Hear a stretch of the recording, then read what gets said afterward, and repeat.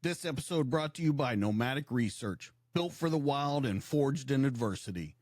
Somewhere between the front lines and the firelight, a vision was born. The founders of Nomadic Research spent years in the harshest environments on Earth, where grit and resilience weren't just words, but a way of life.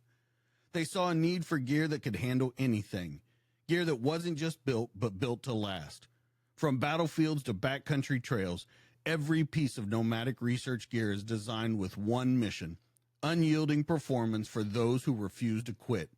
The founders believe in patriotism, personal responsibility, and the freedom of the great outdoors, because adventure isn't just a weekend escape, it's a way of life. Born in the heart of Afghanistan, forged in adversity, and built for the wild, Nomadic Research is gear for those who go further. You can start your adventure at nomadicresearch.com. What's up, everybody? Welcome back to the DTD podcast. Today's guest is the kind of man who doesn't talk about danger. He's lived inside it. Cope Wilson was born into a military family, and at 16 years old on 9/11, he joined the Army because some people watch history happen and some people step into it. He served 20 years, spent 6 years in the light infantry, then 14 in special operations, and in 2021, he was medically released.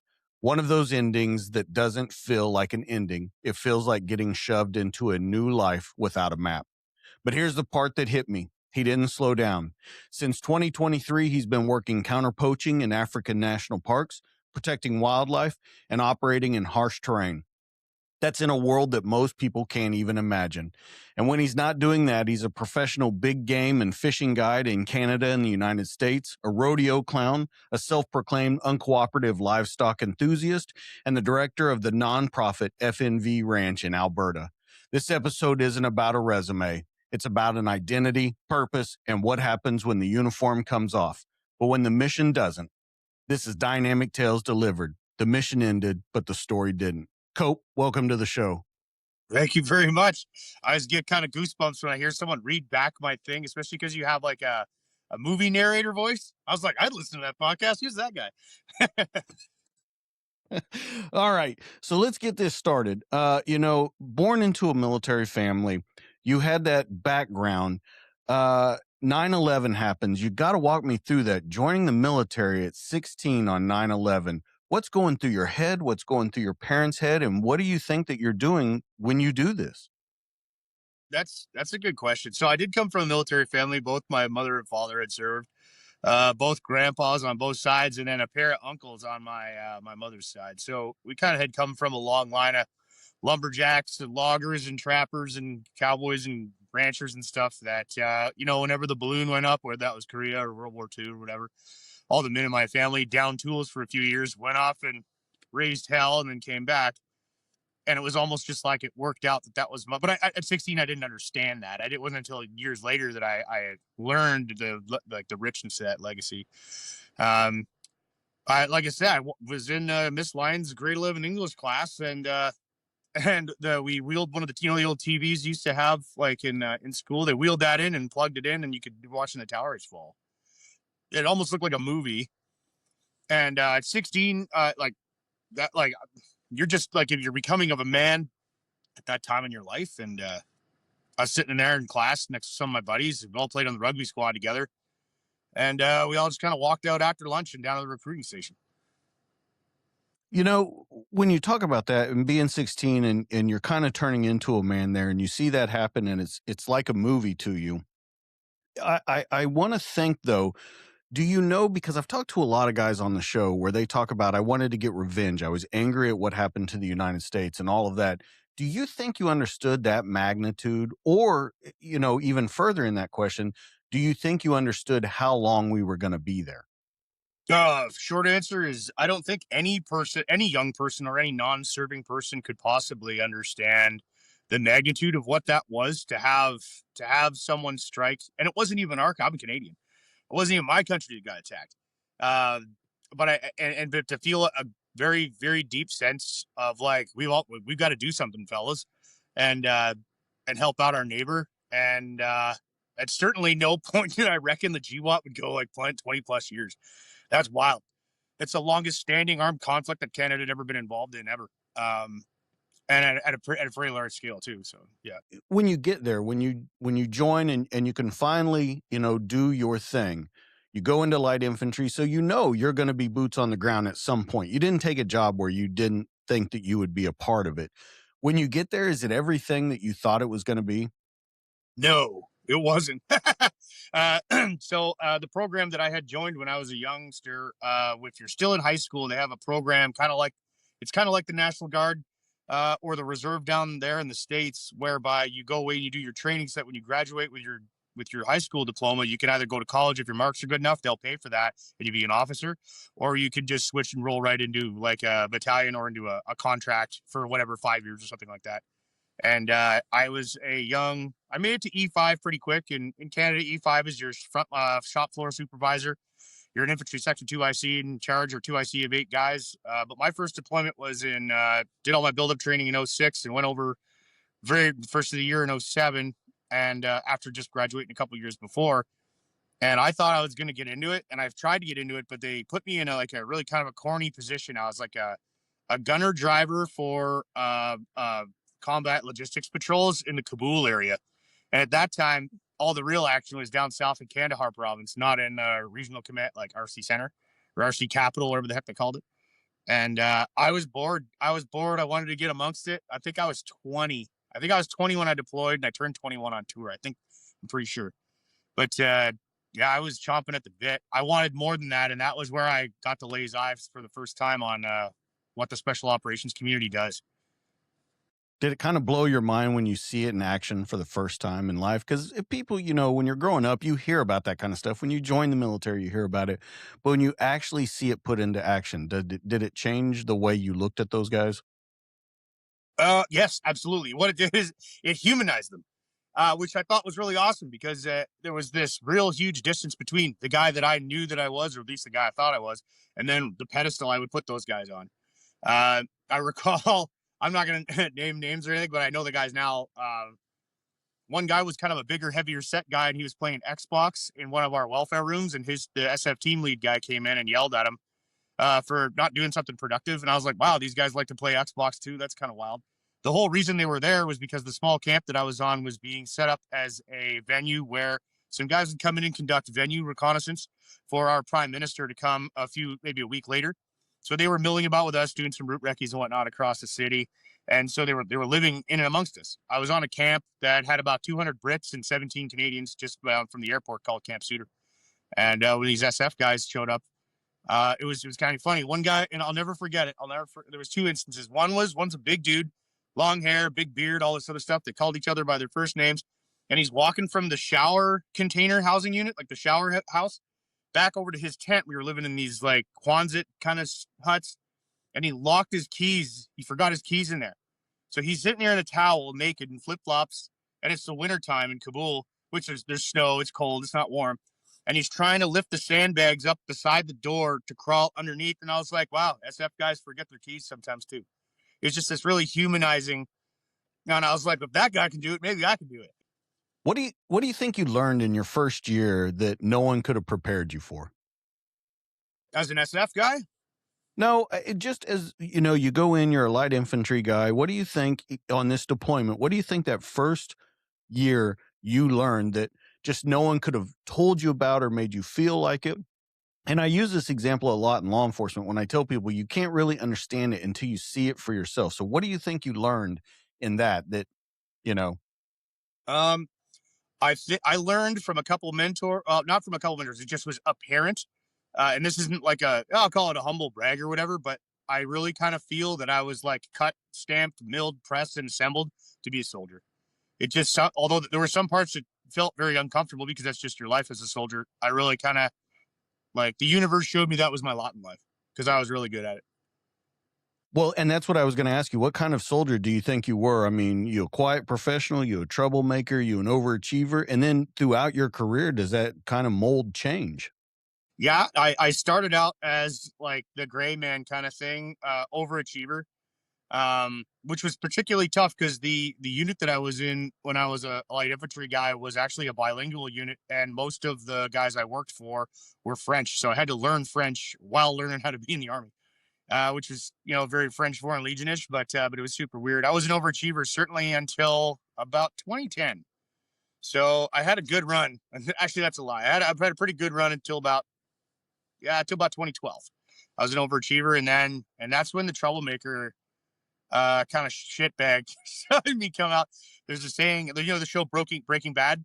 I had never really understood what the term meant, and it was like, he broke bad late. Like the old guy, he was a model citizen of his community, and then something changed in his life, and then he kind of became a bit of a bag, and that was me. I broke bad late as well.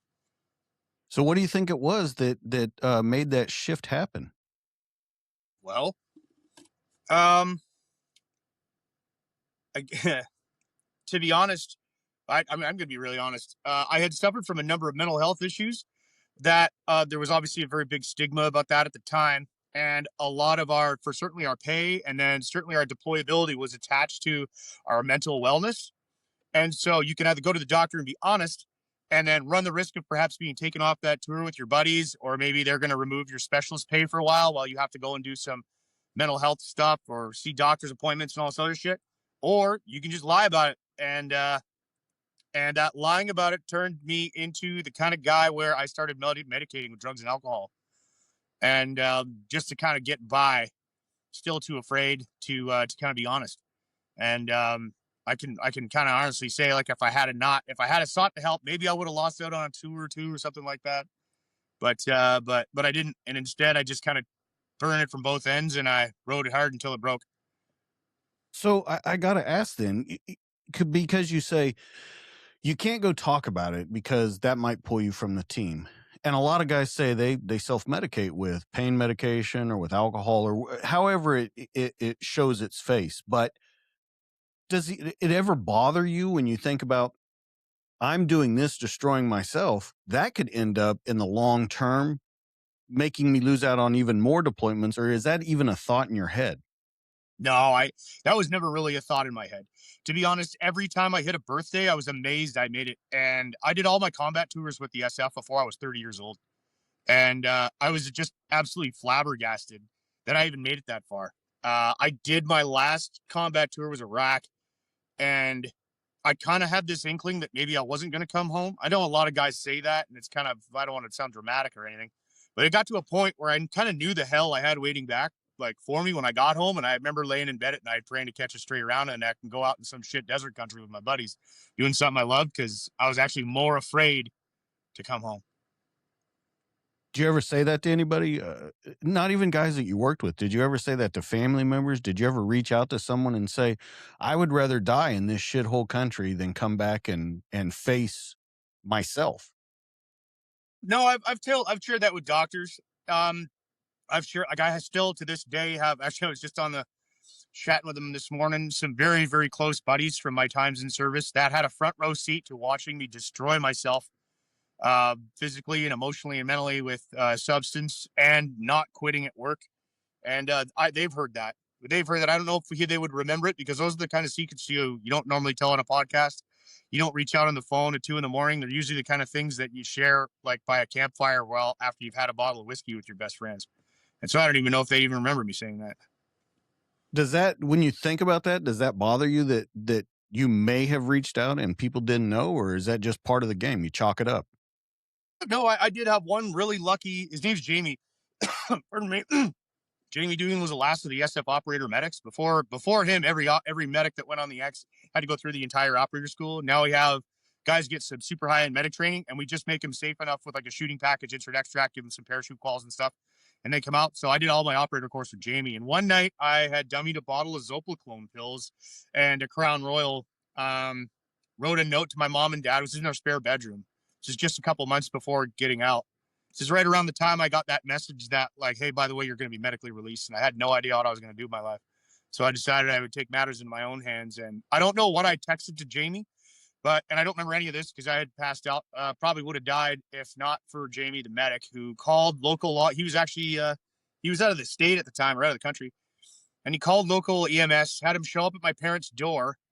My parents were asleep, so they wake up to banging on the door, and then I wake up in the hospital covered in that gray charcoal shit, that they give you to puke. That was the time I know that I reached out. about something, but it was after I had taken all that stuff. I don't remember reaching out to him, but by hook and crook, it worked out because I'm still here. That he did something. So So let's go a little deeper into that because I know that it's a tough point to talk about. But what's always amazing to me about that kind of stuff, you think, I'm going to take these pills, I'm going to drink this, and I'm going to take matters into my own hands. And this is what I want to do. Yet there's that person inside your brain or your body or whatever that tells you, no, you need to reach out. It's not really time for this yet. How do you think that that worked in you? that's a good question. And I think if you could crack the nail on that, you should bottle it and sell it. I don't know. I think that it's bizarre where inside the brain of every human being, there still is that fighting spirit to survive.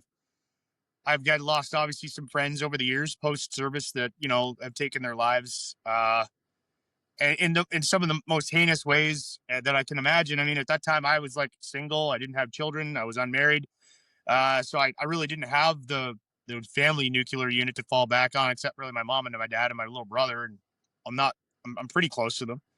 But my friends that have done that, they were all, they had children, they had family, they had the great career and all these things. And I can't imagine what it's like because I know where I was when I felt like I was done.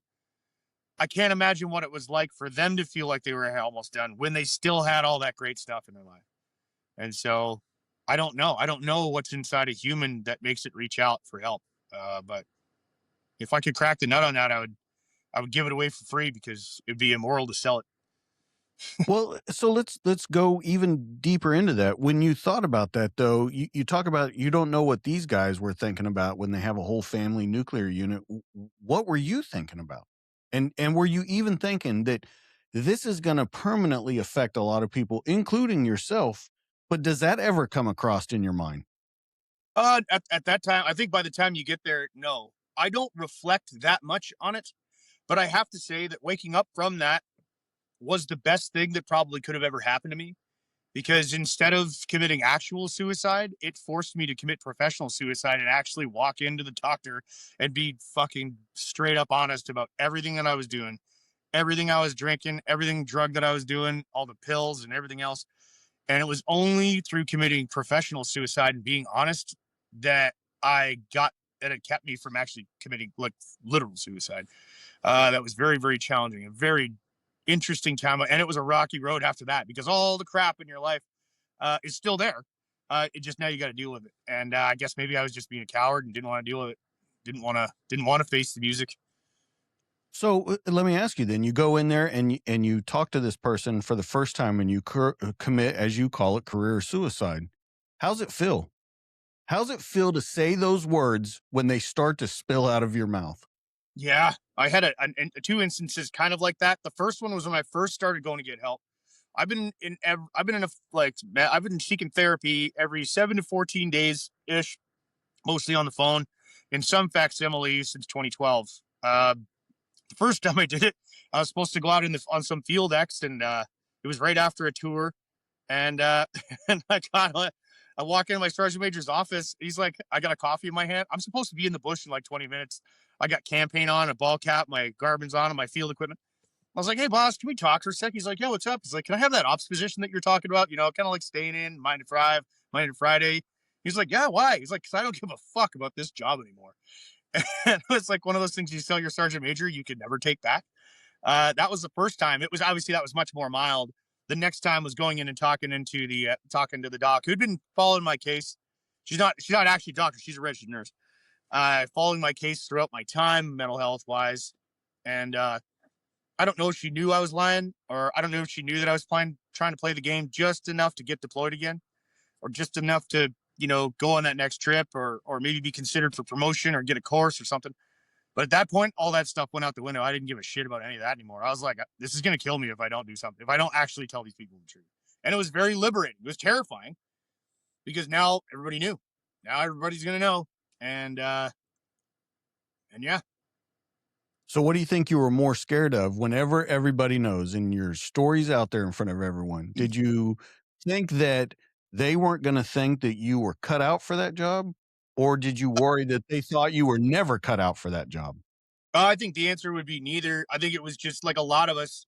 Um, I'm going to use a corny analogy where like wolves, when they get too old to run with the pack, that 12 to 15 unit that's supposed to go out and hunt and breed and tribally exist in the world.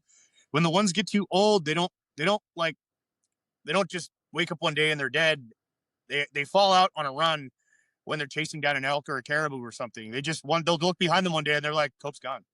And they don't really think anything of it. And that was the culture there where I was.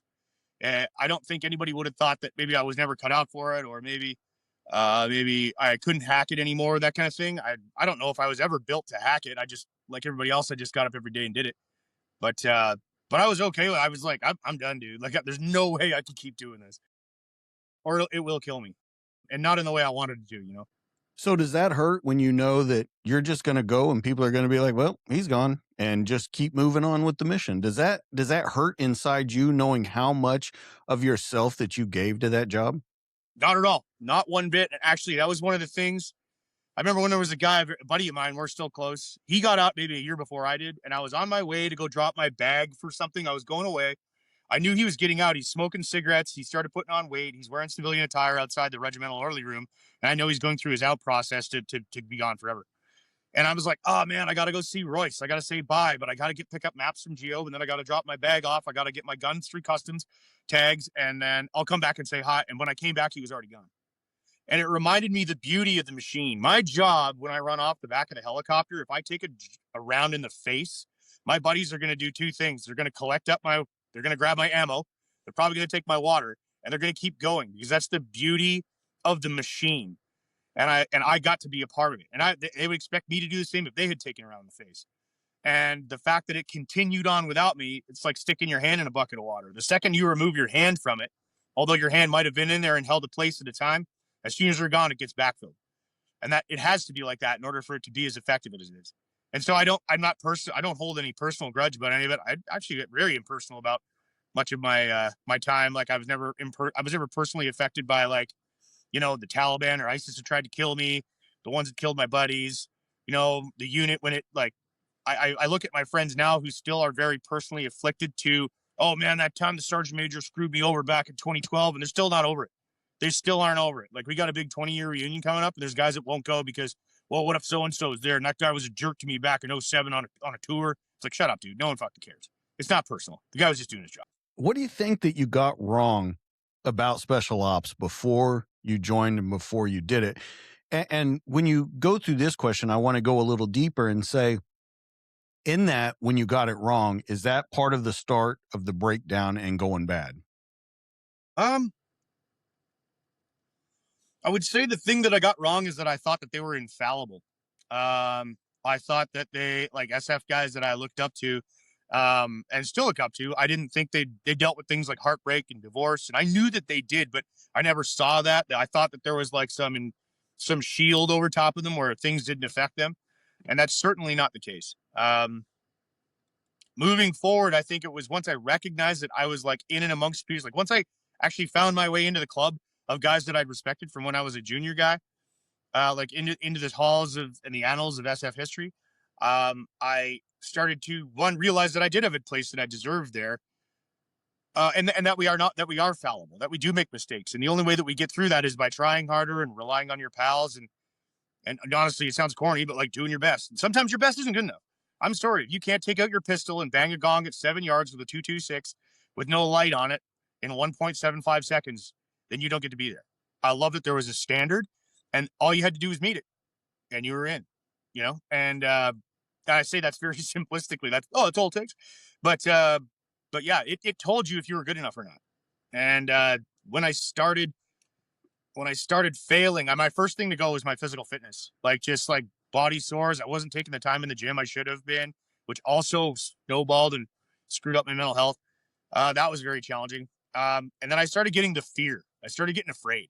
I had a couple bad parachute crashes, and those started to affect me every time I started standing on the edge of the ramp of the 17 to jump out of that thing. I think that's when I kind of started noticing that maybe I'm getting up on my expiration date or my best before date.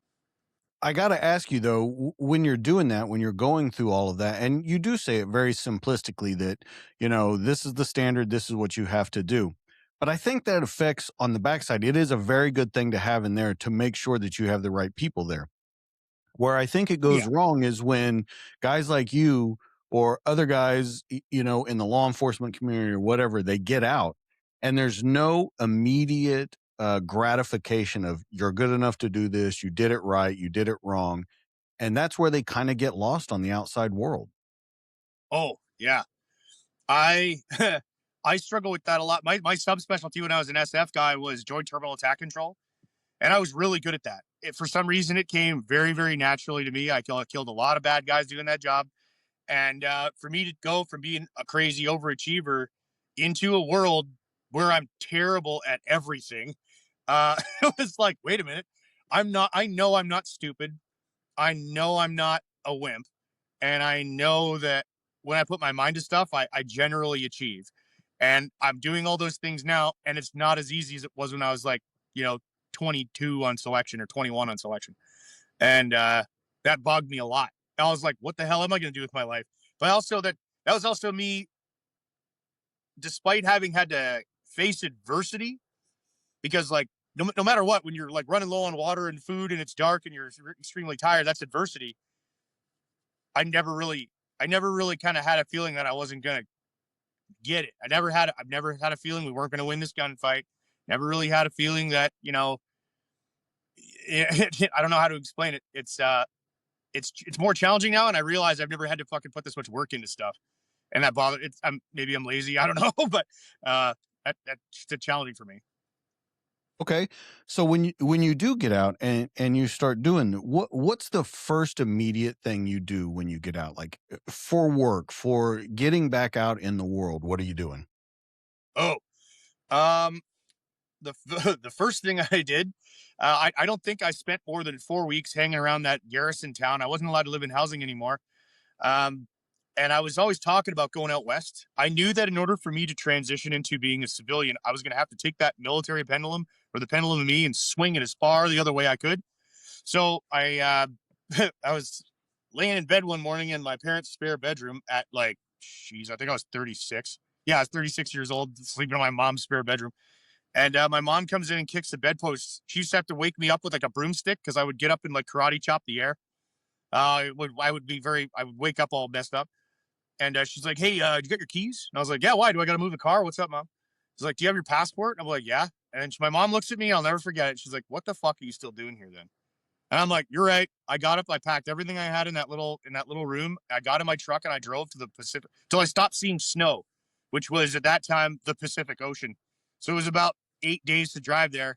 I stayed with a buddy on the West Coast, completely away from all military things. He was a vet buddy too, but he'd been out and been dealing with the Veterans Affairs process longer than me, and so he was able to guide me down some of those trails of claims and pension and disability and these kinds of things.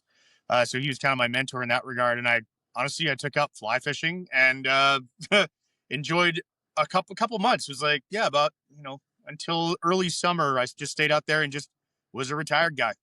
I was pensioned immediately because I was medically released. So I didn't need a job, but what I didn't realize at that time is I needed stuff to do. What'd you learn about yourself on that 8 days? Because there had to be something. Oh man, one thing that was really beautiful was the fact that I felt that I left the unit with like a fair bit of shame because I was a failure. I couldn't hack it anymore. I didn't have to pay for any lodgement across Canada. I was able to drive for 7 days, and every 300 miles or so, I had a friend of a friend someplace that let me stay at their place and visit, and they would ask me about basically this story. And it showed me that, like, hey, man, like, despite the fact I'm not producing value for a very specific part of a community anymore, like, I still am an inherently valuable, worthy person.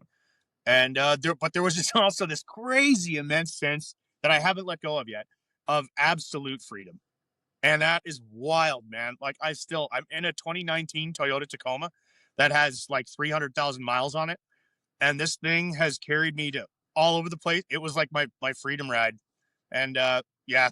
Uh, well, because it's weird to say it, that it's a total freedom when I mean, you did have total freedom with your career. You went where you wanted to go. You did the deployment you wanted to do. Yes, you had to eke your way into the deployments and you, as you said, not tell the truth completely to people, but you did have that freedom. but then you learn about yourself when it's over that that's what you really want to do. Do you think you forgot about that kind of stuff, like the fly fishing and just being alone and taking in the world? Do you think that in the job you were doing, you kind of forgot about that kind of stuff? Oh, absolutely. I don't even know if I ever had the chance to enjoy it, having been like got in it so young. I mean, like some people have the college experience, that rite of passage where they have a chance in their life to go discover who they are and what they want to do. I made up my mind with that on 9/11. Like I'm going to do this until it kills me or until they ask me to leave.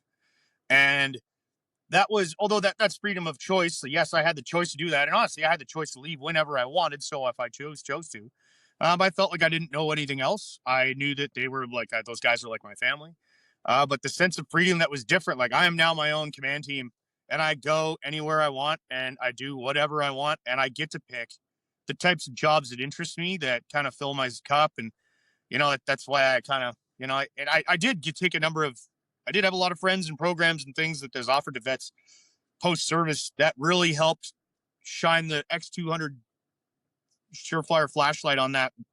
Um, but yeah, I certainly didn't do this alone. But I had the freedom to go and pick where I wanted to hoist my might and strain, if you will. Like really put charge into stuff. So, what do you think that career gave you, and what do you think it took away from you? Oh man, it did give me a lot of confidence. And it's gonna sound crazy. I don't know why I have no explanation for this, but I'm not actually a very confident guy. I keep doing things because I lay awake in bed at night, wondering if I'm doing enough man shit. And so I keep doing man shit just so I can like, okay, cool. I can look at myself in the mirror. It did give me that. I get that from a lot of things. What it took away, I guess uh, I don't have resentments about it, but there would have been some cool times in my 20s that would have been maybe differently spent, but I don't really feel it took anything from me per se. But that's an interesting answer to me, that you say it didn't take anything from you. When we talked about that it robbed you of your mental health for a long time, that you say now it didn't take anything from you. Yeah, I mean, who's to say that I wouldn't have suffered from mental health issues regardless of whether I was in service or not? Um, that's the thing is I don't blame it for that. I picked to be there, and I could have gotten a car crash when I was 24 and be mentally messed up from that. I could have been mauled by a grizzly, having never served time in the military, and have issues from that. I don't equate like, oh, they robbed me of my innocence and my sanity. Like I don't do that. I know there are guys that do that, and they have this chip on their shoulder. They identify as professional victims. Honestly, I could rant on that all day, but but I'm not gonna. But yeah, no, I really don't think it took anything from me. What do you think? There's something out there that you can explain this to people, even if you tried? Something out there that you couldn't explain to someone even if you tried. And we're talking about your career, like something that you've seen, something that has never left you since that you just can't explain to someone, that they'll never, or maybe they will, but you don't think they will feel the way you feel about it. Huh. I think that there was the psychological profiling screening and then the selection process, our 17-day selection process, did me the best solid that any institution or any entity ever could have. Is what it did is it took a process that basically whittled out all the guys that aren't just like me, and we put them all in the same compound. So it literally was almost like a friend filter.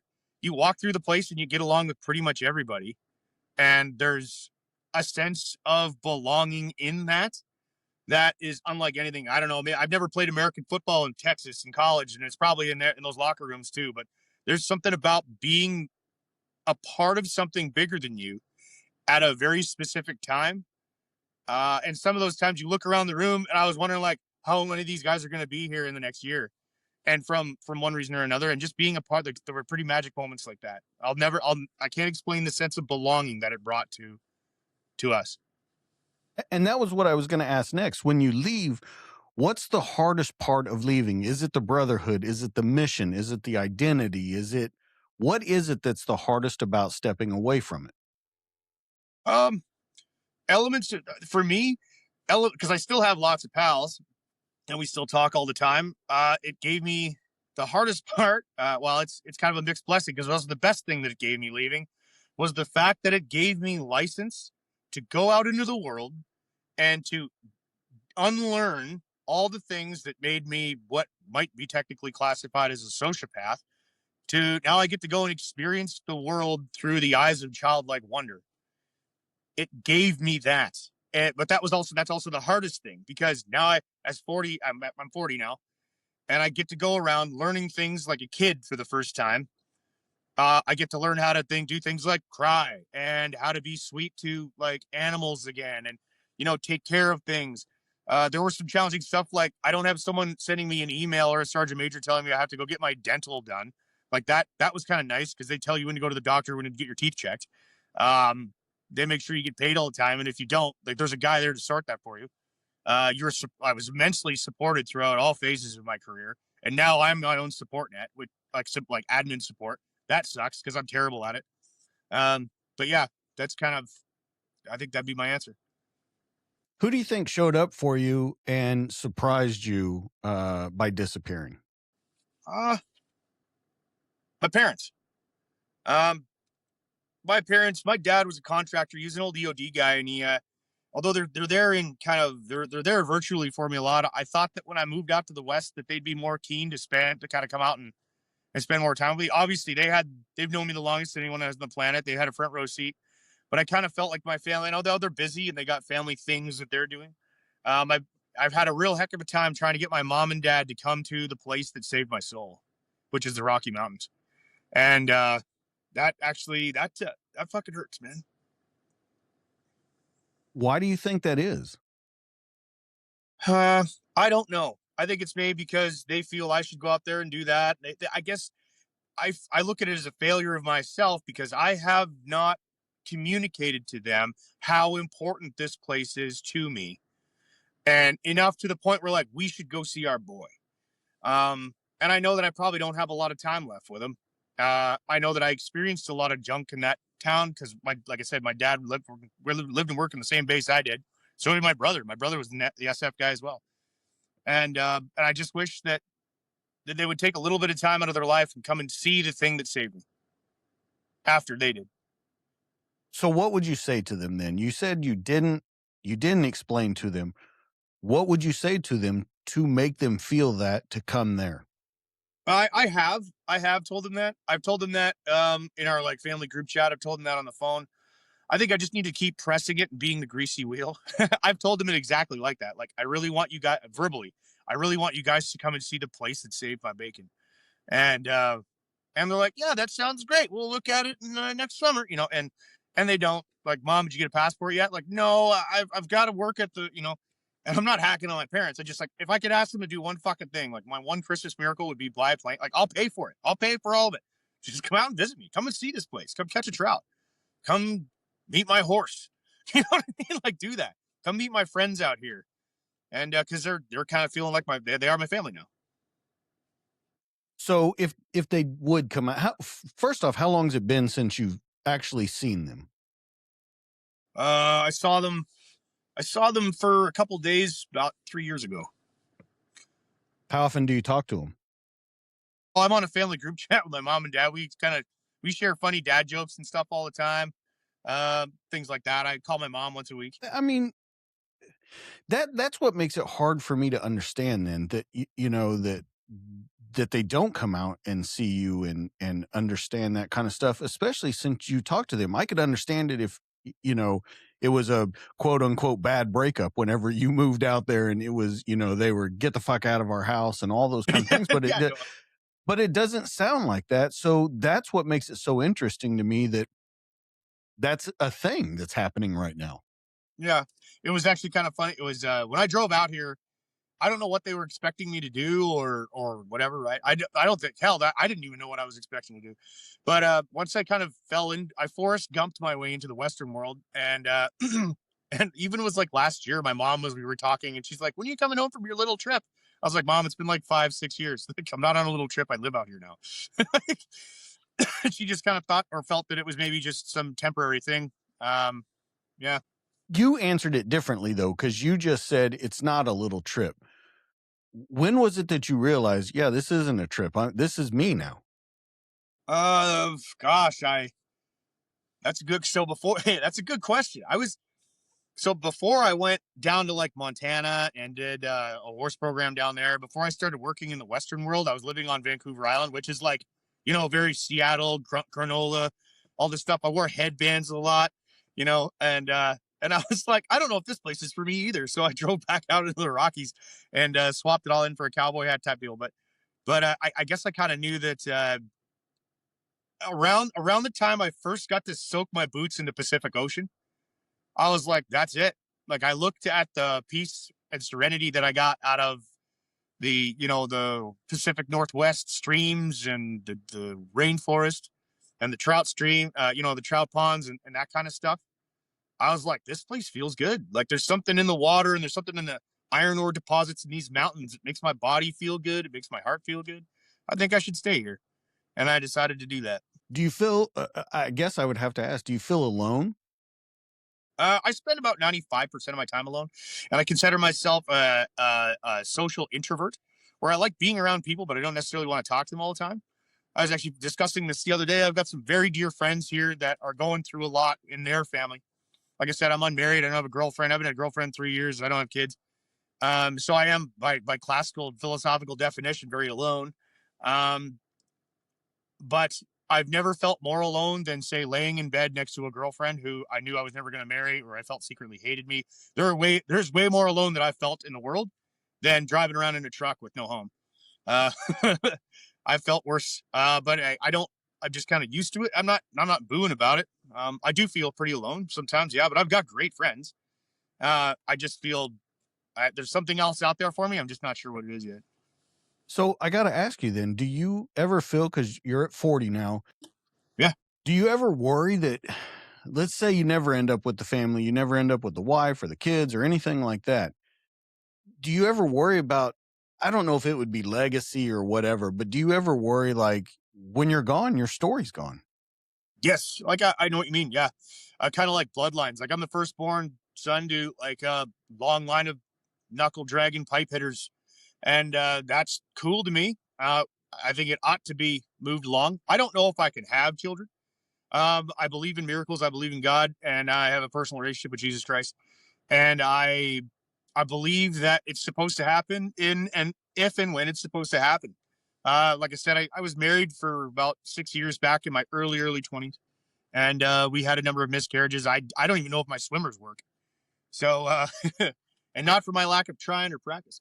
And but funny too. I'm funny too.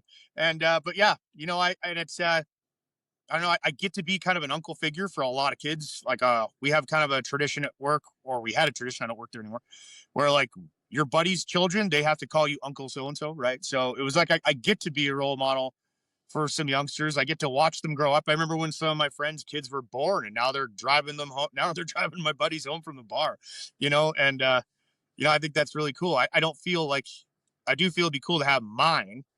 I also feel there's a lot of kids out there who's maybe they have a fractured home, and I think that kid deserves to see what loving his mom looks like, what loving their mom looks like. They deserve to have a guy like me in their life, and so it doesn't necessarily need to be mine. Like it's gonna sound weird. I kind of have a thing for single moms. I think that they need a guy like me, and I want to be that guy for them, that kind of thing. Because there's a lot of deadbeats out there, and so that'd be fine too. Same with foster kids or orphans, man. They need someone to love them too. So So how do you get into when you're doing this and you're, moving around and you're doing the cowboy thing? How does it come to where you go, you know what? I think I'm going to do counter poaching. that's a funny, that's a great story. It was a winter a few years ago, and I'm looking out the window at the cabin that I was in when I got woke up to a signal message. I got a cold call like, "Hey, do you want to do a counter poaching job?" And I was like, "Who's this?" I'd spent a fair bit of time and had a fair bit of friends in the Australian SAS after having done a number of trips over there um, on exchange, and my name had already been circulated around the reference kind of net, the reference filter. So I was already deemed esteemed enough in reference that I was going to get hired. I didn't submit a resume. I never applied any of this shit. I just got called by my boss, and he was like, "Do you want to come out? Do you want to come to South Sudan?"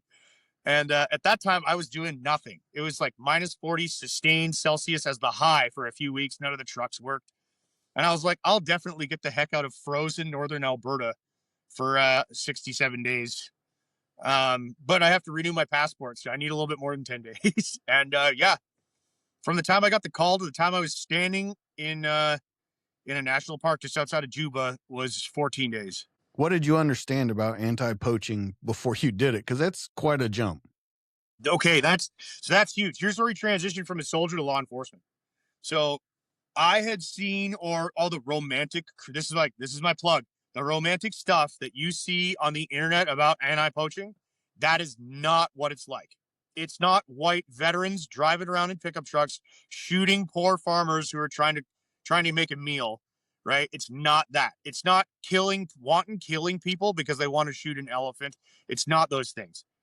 It is grassroots community conservation.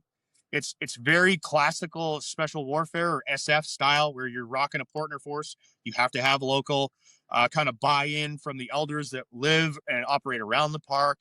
You rely on all of these local people because you're out there more or less by yourself. Like it's me and maybe one other guy with say 60 rangers. You train them up to a standard, and then you take them out on missions. You try to develop a human intelligence network around, so you get some tips and stuff like that. You got to learn the area, and you got to learn the wildlife. It's not this crazy, oh, we're shooting people. Like that's not it. I've never shot anybody there. I've never seen anybody get shot there, and that would never happen on my watch unless it absolutely needed to. And I make sure that doesn't happen when I'm in command. When you go out on that first one, what is it?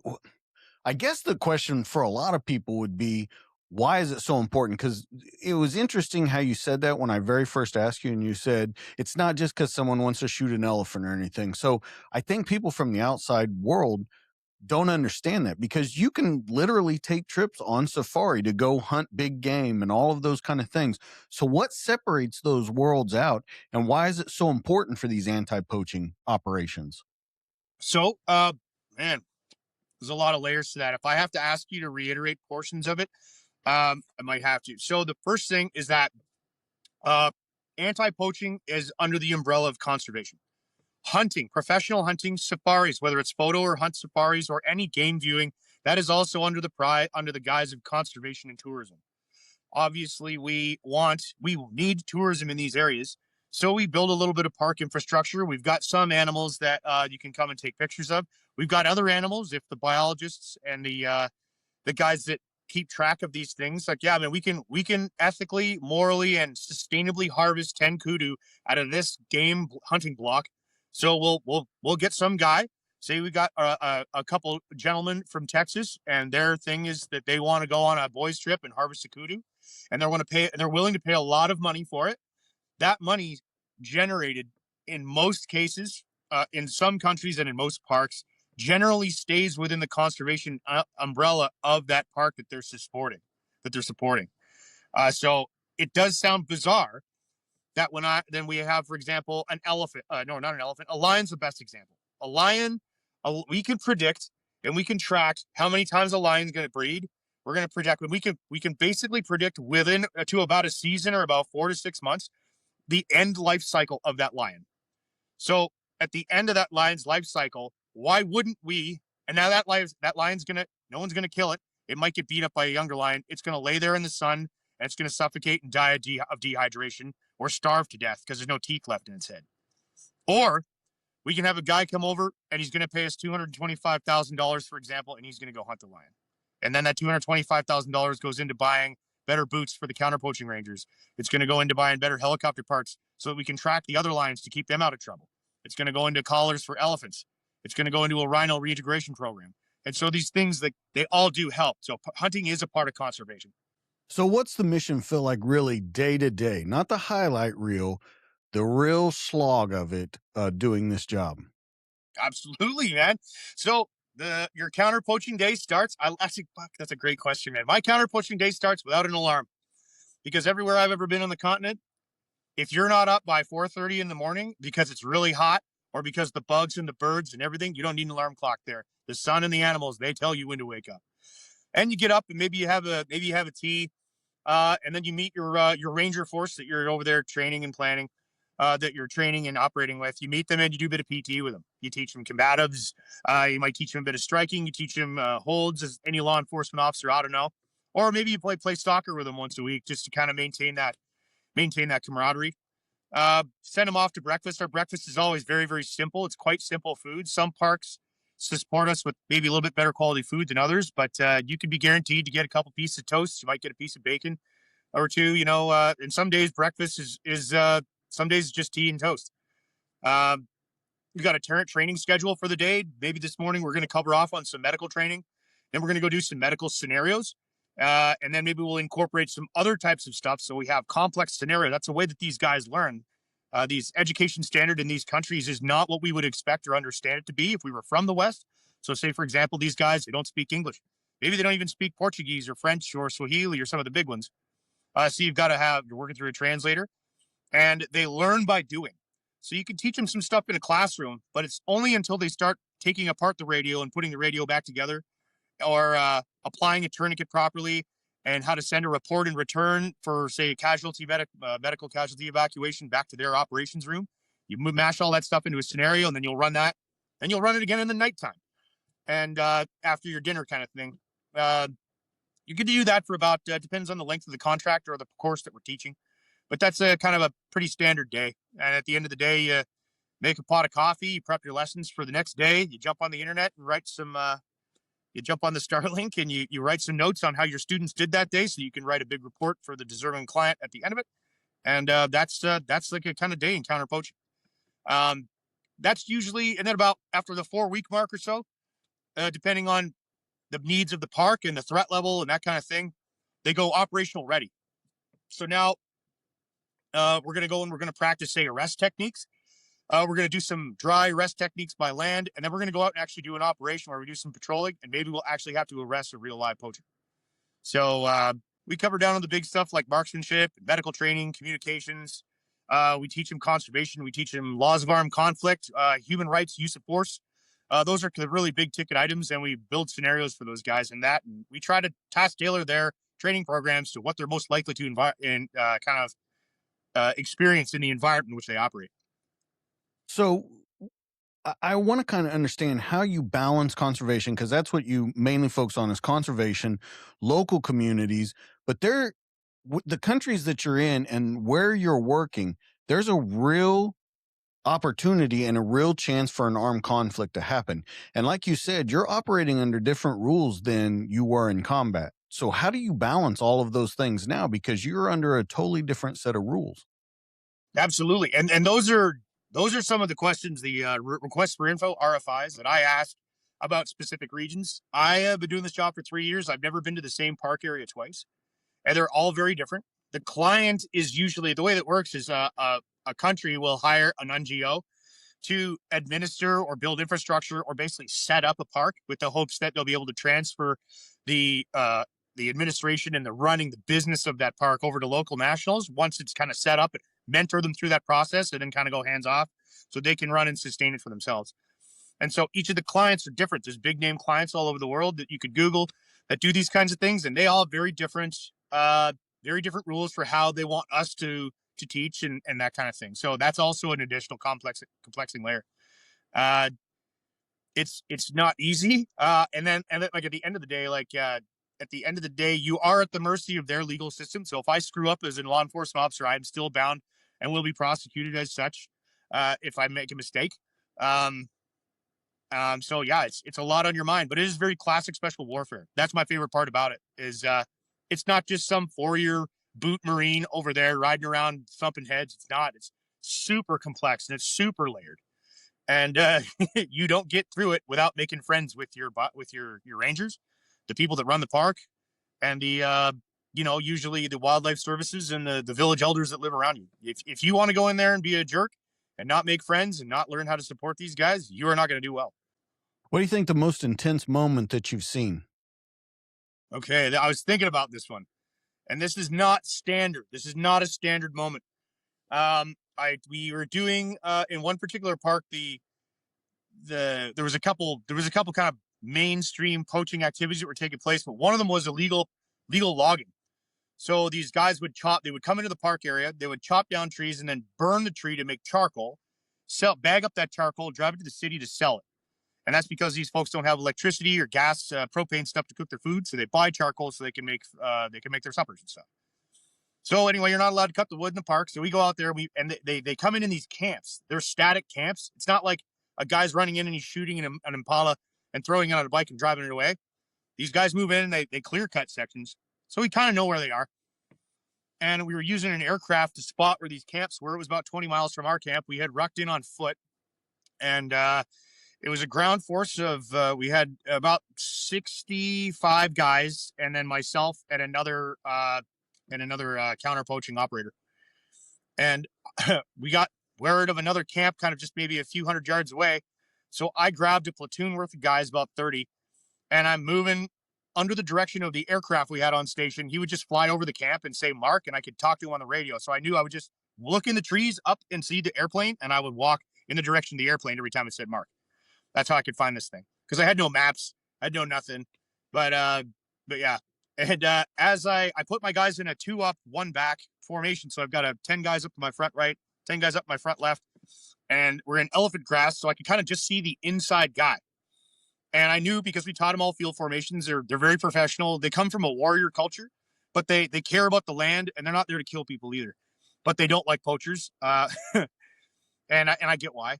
So anyway, I have my guys move forward, and I'm staying a tactical bound behind them. And as soon as I break the elephant grass, I can see my front left flank.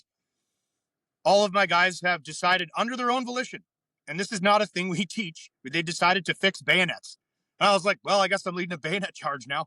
And they go running into this camp and scare the heck out of all the poachers, who all immediately just drop what they were doing, and they give themselves up for arrest. Nothing more occurred. Nobody got bayoneted or anything. That did not happen. But they certainly thought that would be a psychological edge, that they should do a bayonet charge. So that was a pretty intense moment. What do you think keeps you doing that job?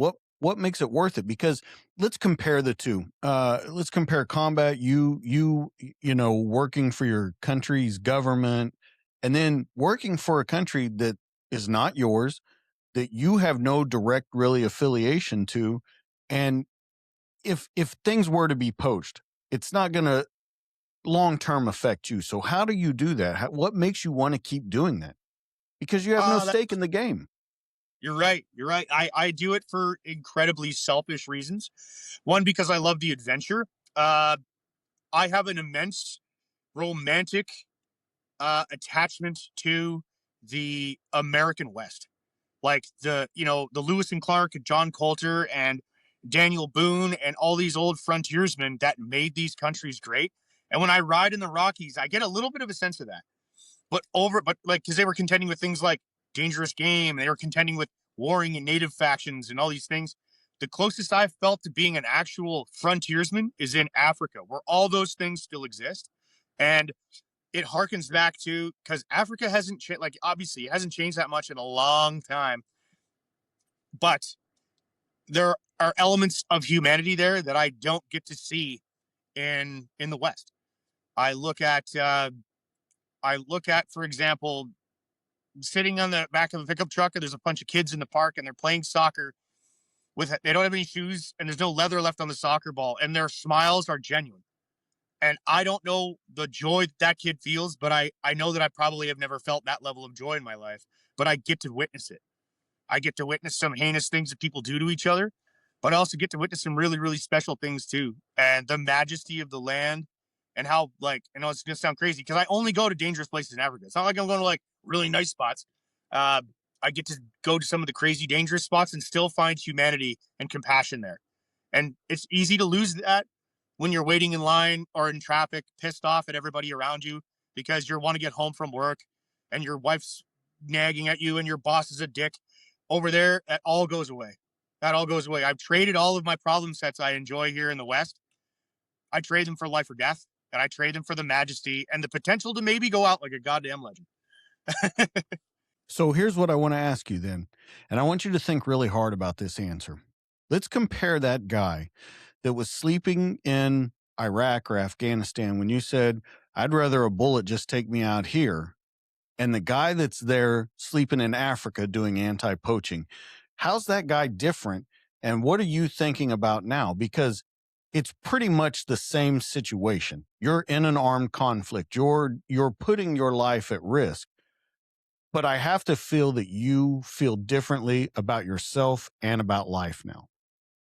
Yeah, I was doing it back when I was a youngster for very selfish reasons as well. I've always been a man who's chased adventure. Um, I don't think, I don't know if that'll change. I'm sure it'll change if I had a kid, which is one of the reasons why I kind of want to have children and a wife. I'm looking for an excuse to stop doing this. but you're right. I think I do it for different reasons now. Now I get to do. I was doing it back then for the strictly for the adventure. I do feel like I'm contributing to the planet in a greater capacity now, and it's going to sound potentially like professionally arrogant, but like, what good is it of me to drum up 20 years of service as a leader, and trying to use some of these old skill sets that I used to use for harm, and maybe now I can use them for good, and that fills me with immense sense of joy as well. It makes me feel like I actually like, hey man, I'm giving back. Which job was more fulfilling, the military or this anti-poaching that you're doing now? That's that they can't. They're both, gosh, they're both very filling a different cup. So because one's law enforcement and conservation, the other one was like war fighting. Like I never really felt like the Taliban or ISIS was going to come to my house or come to my mom's house and kill my mom and dad. I never felt that. I don't, and I get to choose on the gigs that I go on. Like when I was in the military, like I showed up, but they tell you when you're going on tour, they tell you where the mission deployment is, they tell you what the mission is. Over there, if I don't like the mission, I'm just like, yeah, I don't really agree with the political climate in Traplunkistan. I'm not going to go. And but I do believe in the Rangers. I believe in what they're doing, and I think that I believe in those men. I believe in their mission. There are some greasy things that I've observed, not greasy, but obviously there's a lot of money to be made in those places, and sometimes and there's a lot of corruption in Africa that breaks my heart a little. But the men down to the man, like the individual ranger level, I really have those guys in my heart. Like I think about a lot of them. I still have them on WhatsApp. They hit me up all the time. I want to pose a kind of, just a hypothetical situation to you. You talk about the corruption that's over there, and I think a lot of the world has seen that corruption going on. You talk about bringing someone in, they're paying 225, $250,000, to come hunt this lion. If you were to see where that money is not being used for what it's supposed to be, does it change your mission? Does it change you going back over there and working? Well, no, I think that it would I would do what I could to. So I've not had direct experience with that money getting siphoned out to people that, you know, are taking more than they need or taking more than their share. I've not observed that in that particular example. I don't think that it would change me going over there. It would certainly make me more aware of that kind of thing. Um, and I don't think I'd be able to affect positive. I don't think be able to affect that positively were I not physically there and educating those guys about it. Because that's how we get around it. Like we educate these guys on what right looks like and show them what right looks like. But that's very hard to do when and I can even have a lot of compassion for Afghan folks and stuff like that. Like when your kids are starving and screaming, and you saw somebody drop $20 on the ground, you're not going to give it back to them because you have yours you got to look after. It's really hard. It's impossible for us as men to care about the plight of our neighbor if our kids are going hungry. We have to make sure ours are looked after, and that's not being rude. That's not tribal. That's not political or racial or anything. That's just being a human being. That's being an animal. Animals do that too. They look after theirs before they go and help something else. And that's what a lot of this corruption stuff looks like. And it's just too easy for them to do that. And so I have to have a lot of compassion. I have to have a lot of that's the word I'm looking for. Not distinction. There's a great word for that, but I can't remember what it was. But that's kind of how I look at that. I won't stop going back over. I've had way too many great experiences, and the company I work for is just way too friggin' awesome. When you work in these kind of jobs, and you've done both the military, you've done law enforcement, a lot of people have a feeling that they haven't made any change at the end of it. They've done their little parts and they've helped out, but they have this constant nagging in the back of their head that what they did really wasn't worth it. And you see it a lot in the United States now with all the protests that are going on, with everything, making that person walk away from the job saying, I'm not really affecting any change out here. Do you think you ever felt that in either one of these jobs? Yeah, I certainly felt some of that in the military. I know that when we had done some jobs in places like Latin America, I was usually pretty bitter about like being a national level. Like I'm not a national level asset, but I've got to work with a couple and being taken away from my home and being taken away from my loved ones, to be placed in a place where the only thing that mattered was the fact that someone in an office somewhere on 24 Sussex Drive could say that, like, hey, we have assets deployed to a place. It was just some political flex move. The political stuff bothered me because there was a number of times that just being in that country was considered mission success. I think that's stupid. Uh, I felt more like a political pawn sometimes, certainly in the military. I don't get that feeling when I do the law enforcement thing. But also, my metric for success, or my metric for personal success, for me is super duper low. Like on one trip over there, I did within the first couple days, actually in South Sudan. Within the first couple days, there was a vehicle accident about 5 kilometers away in the highway. So me and another guy that was on that team with me was a retired 18 Delta Green Beret. We throw the medic bag and throw our AKs in the truck. And I've just gotten to this country. I know that there was an ambush along this road. Just like the reason I was there, because I was replacing a guy who got shot in the ambush. And now we're going to go rip up this road, and we're going to go, two guys are going to secure a car crash scene and do first aid. I'm like, where's my gloves? And I remember watching this guy. We put him in the back of the truck, package him for ambulance ride back to, we called it ambulance, and got him patient transferred into the city to an actual doctor. And within the first 4 days, I was like, maybe I saved that guy's life. And that made the trip. If nothing else went right, at least I got to affect that one moment for that one person. And when I keep my expectations small like that, and by small, I mean, like, that was a metric measured effect that I could say, like, I helped that human being. And that made it for me. So you've lived like 5 lives, military, working with the Rangers, rodeo clown, all kinds of stuff. What do you feel now that you're 40 is the common thread between them all? Uh, Well, it's actually funny you mentioned that, because I asked that to my doc the other day, and she was like, "Did anybody ever tell you that you probably have severe ADHD?" I'm like, "No." I have been told that I have probably like weaponized autism. I think is probably the most colloquial that I've heard, which I kind of endear that term. But I don't know what the you can take that weaponized autism. You can take that to the bank. I think the theme is adventure. There's a fair bit of adrenaline in it. I know that I do my best when I'm operating as part of a team, helping others to reach their potential, and whatever that looks like. For some people, it's putting clean underwear on, or for other people, it's like, hey, let's make sure this bull doesn't wreck this young bucking horse rider or this young bull rider. Um, I think that they all have adrenaline and adventure in common, and there's always, I'm one of those guys. If it's a hobby where if you fuck up, you die, I'm in. Yeah, that's definitely weaponized then. All right. I want to know because we talked earlier in the conversation about that you want to be around people, but not necessarily talk to them all the time. So I want to ask you though, what do you want someone that's been hanging out with you? And this can be the jobs that you do for the anti-poaching or whatever, but when someone's been hanging out with you for a week or two or a month, what do you want them to feel about you? Or what do you want them to know about you by the end of that? Hmm. I guess if I would like them to have a feeling that I am a man of my word, and that despite everything that I've experienced, I'm not. I'm doing my best not to be jaded. Um, I do feel that there is. I do feel that there is inherent good in the world, and I like to look for that in people. And I think that they would say that I was a reasonably optimistic guy, and I'd want them to know that I cared for them. If I didn't care for them, I wouldn't spend a week with them. Yeah, I guess that's true. What's the best advice you ever got? And did you listen to it at the time you got it, or did you realize it later in life and go, huh, I probably should have put that into practice a long time ago? Oh, when I read this question, I was like, oh man. The first one that came to my mind is don't go broke trying to look rich. Okay. And there was times in my, like, when I heard it, I wasn't doing that.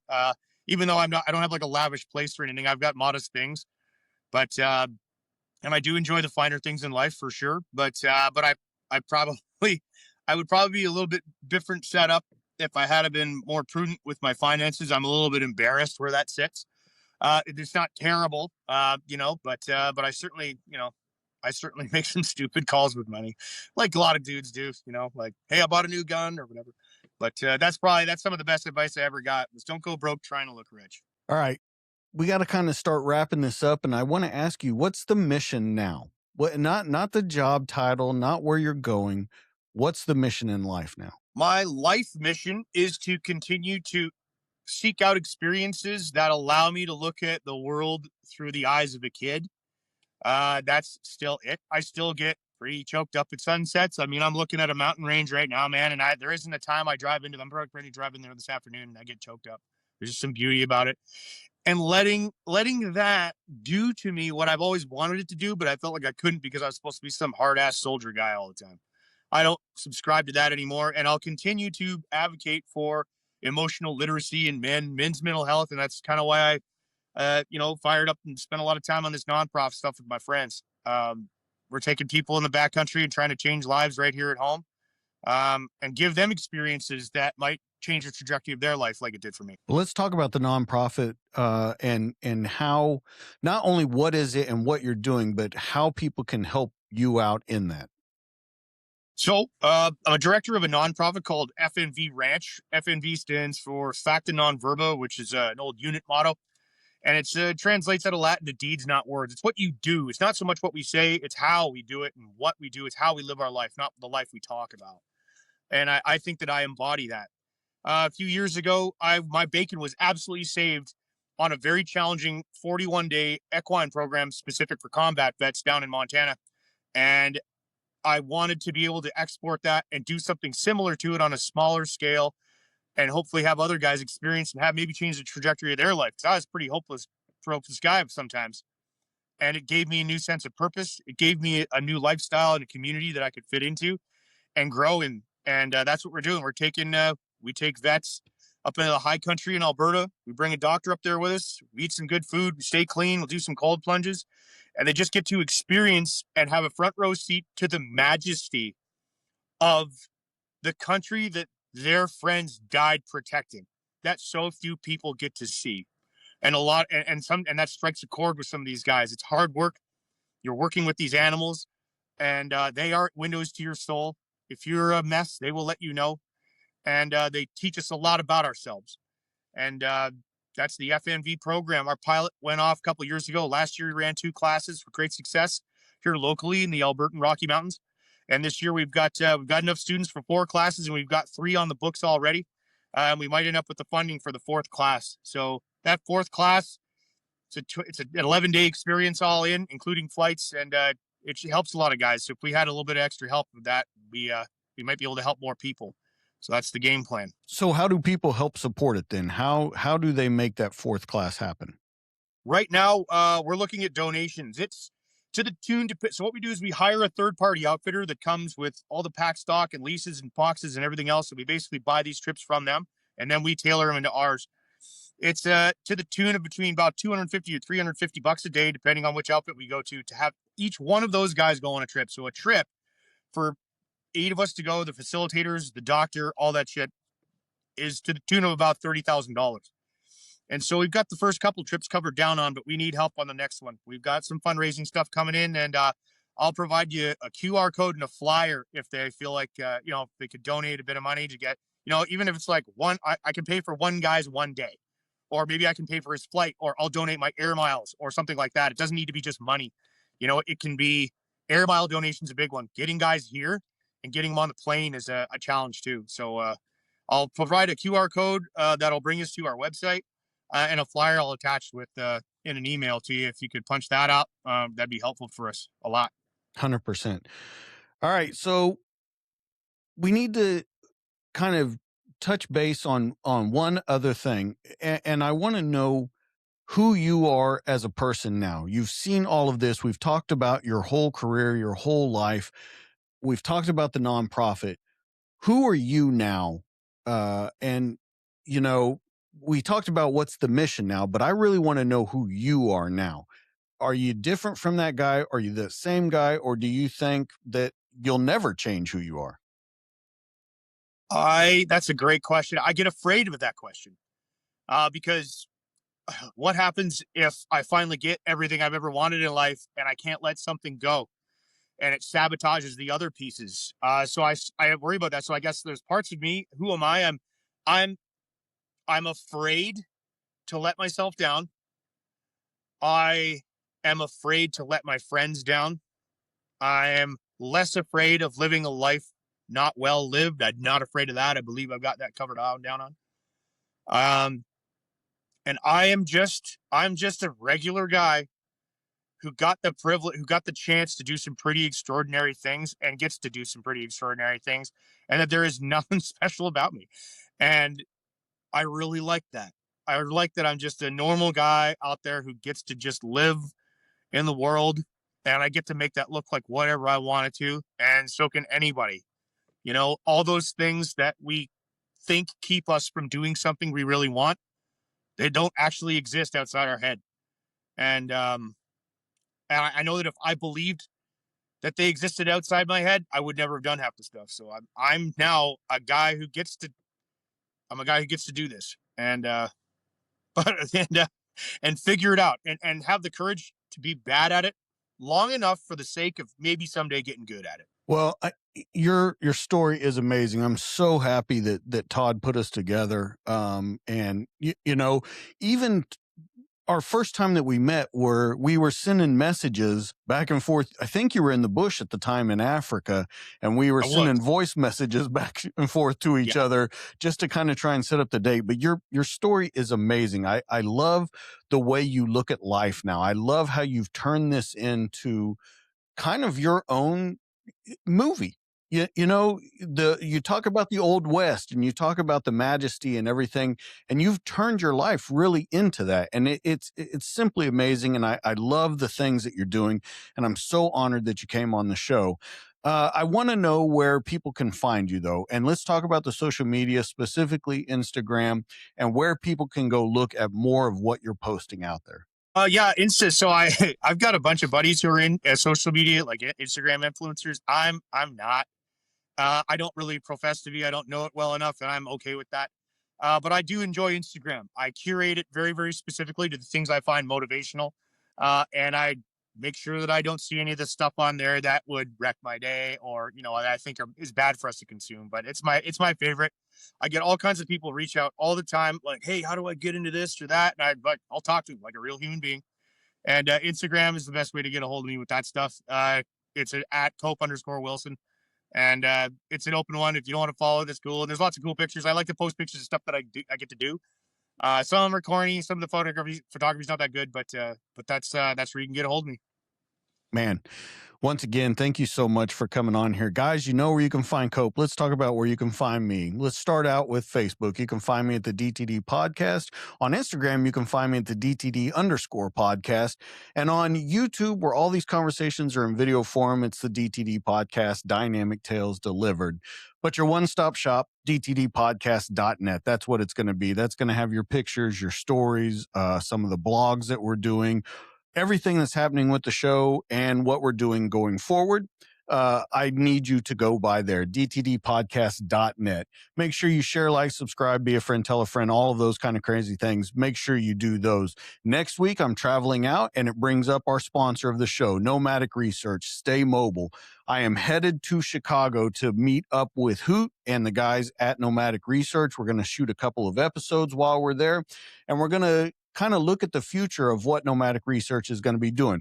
Like I always tell you, if you want to look the coolest part wherever you're at in the field or on your way to drop your kids off at school, nomadicresearch.com. They've got you covered. Hats, hoodies, shirts, bags to travel with, everything like that. They've got you covered. They're out there and they want you to stay mobile in this world.